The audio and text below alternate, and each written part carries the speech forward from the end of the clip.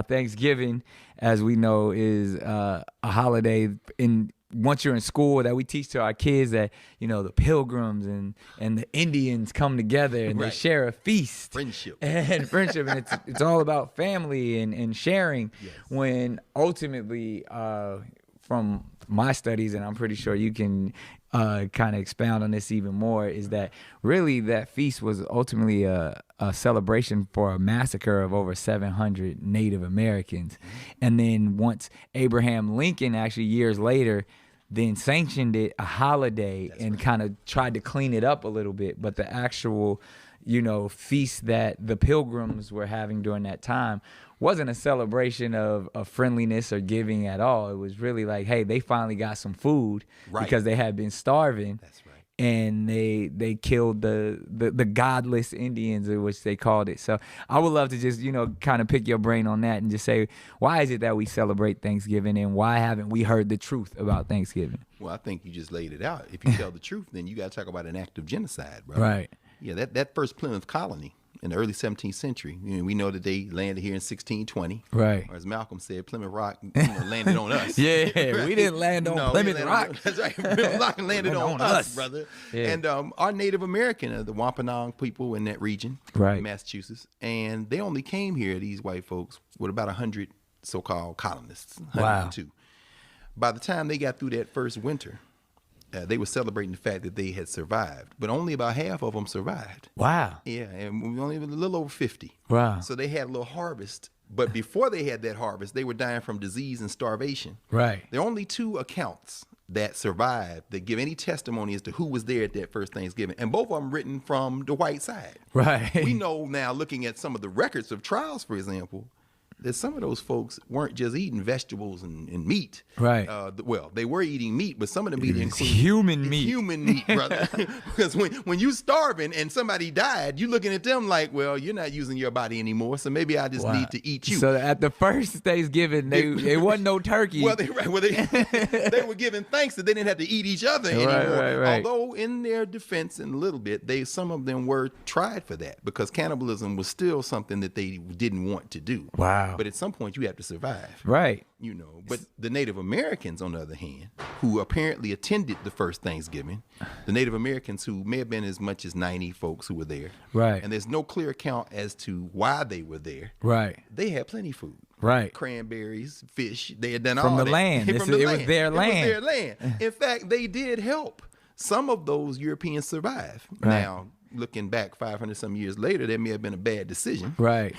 But they did help them, and they were celebrating. It wasn't friendship. Now, there were some Africans. There were some Native Americans. Right. There was one dude named Squanto, for example. Right. Who ended up being enslaved. Wow. That's how he learned English. Wow. So he became a translator. Wow. Because he had been pressed into service by these Europeans, who, as you said, looked at these Native Americans as they were godless. Right. So they gave thanks to their God for having taken land from people who didn't even see land that way. Right. Because they were like, what, they didn't even see it as theirs. This is like land is land. Exactly. They truly believe this land is our land. This land is your land. Your land, nature. Right. In fact, they didn't even farm the Right. way we think about farming. Right. When you look at the European style, they clear out the land, then they make rows of things. Right. The Native Americans, like, what are they doing? Right. You grow food in conversation with other food. So the squash, the pumpkins, the It all greens, grew together. It all grew together, and that way you get to replenish the land. Because what's taken from one gives to the other, and you don't have to keep clearing out land to plant new crops. You don't That's plant powerful. single crops. Right. So even the technology of Thanksgiving gives us this notion that somehow the Europeans were superior. Right. Their God was better, their science was better.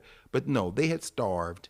They had disease, and about half of them had died. Right. And they celebrated making it through their first winter, and the Native Americans showed up to be like, well, I guess y'all made it. Meanwhile, they plotting on the Native Americans. Man, and that's again, like even going back to what we discussed about Columbus Day, and that it should be shifted to Indigenous Peoples Day. But even again, this shows the kind hand and the generosity of the natives to it, even though it was a massacre that that was all that was being set up, and therefore they were all thinking of, the Europeans were thinking to rob them the entire time. That's right.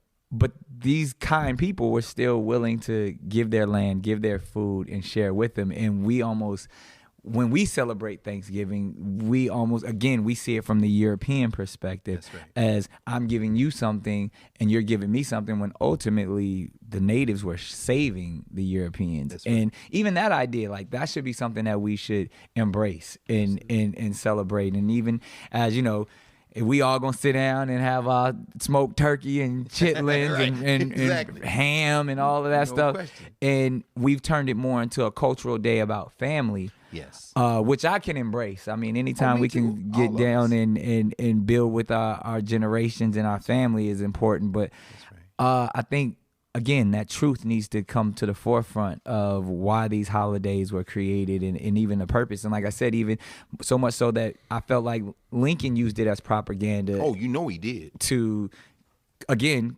bring people closer together, but at the idea to say, look at what the elite have set up. That's exactly right. Right. That's right. Well, 1863, when we see it become part of the formal American calendar, you know, the Civil War is still going on. Right. Part of it is trying to create a national identity. Right. How do you build? And that's what holidays That really everyone are. can embrace. That's exactly that right. patriotism. That's exactly right. Holidays are about building a national identity, a patriotism, a love of country. A myth that everyone can follow. Straight myth, brother. I mean, this is a guy who signs an Emancipation Proclamation, and in the same breath, then signs the death warrant on 38 Lakota Sioux in Minnesota, the biggest killing of people by approved by a president, a guy named Little Crow, who was leading a revolt against the United States Army up in Minnesota, Fort Snelling. Same place they had Dred Scott and Harriet Scott enslaved. Yeah, and man. Lincoln signed that. Lincoln signed a death warrant the same time he signed the Emancipation Proclamation. I mean, this is about taking that land from them Native Americans. So we look, Abraham Lincoln signed Thanksgiving into law. Yeah, he was giving thanks for taking land from Native Americans that he was responsible for dispossessing them of the land. Wow. And then, of course, it takes, when do we see it become on our calendar in November? Right. 1941. Oh, wow. What's going on in 1941?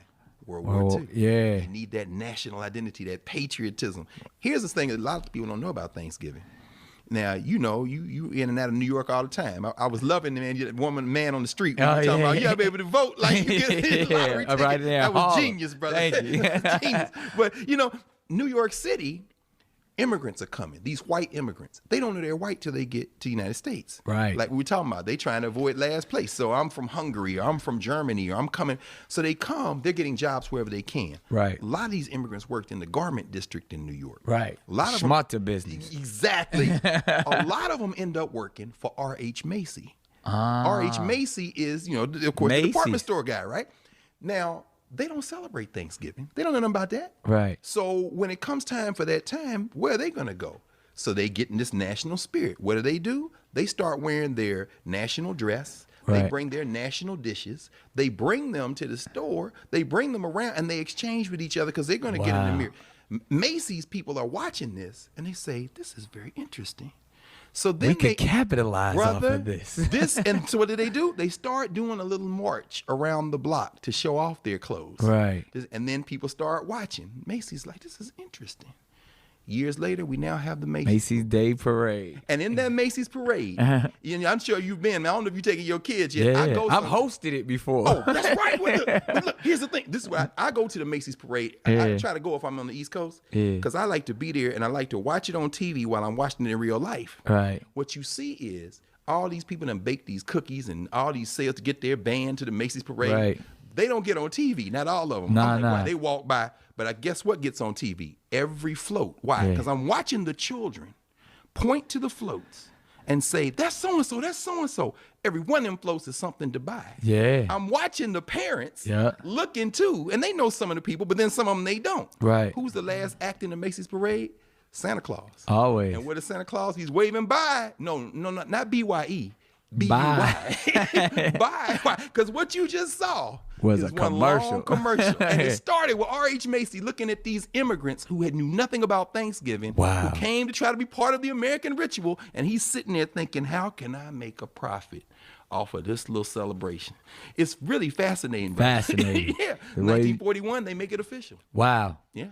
And there we have it. We celebrate. So keep all that in mind when you eating your fried turkey and your chitlins and your canned cranberries. Yeah. And then going back and giving all your money back to the store on Black Thursday and Cyber Monday and all that. The next day you're going to be shopping. They in your pocket. That night, midnight. Yeah, it's going down. Well, Doc, I appreciate this again, dropping that wisdom about Thanksgiving. I know this is going to touch a lot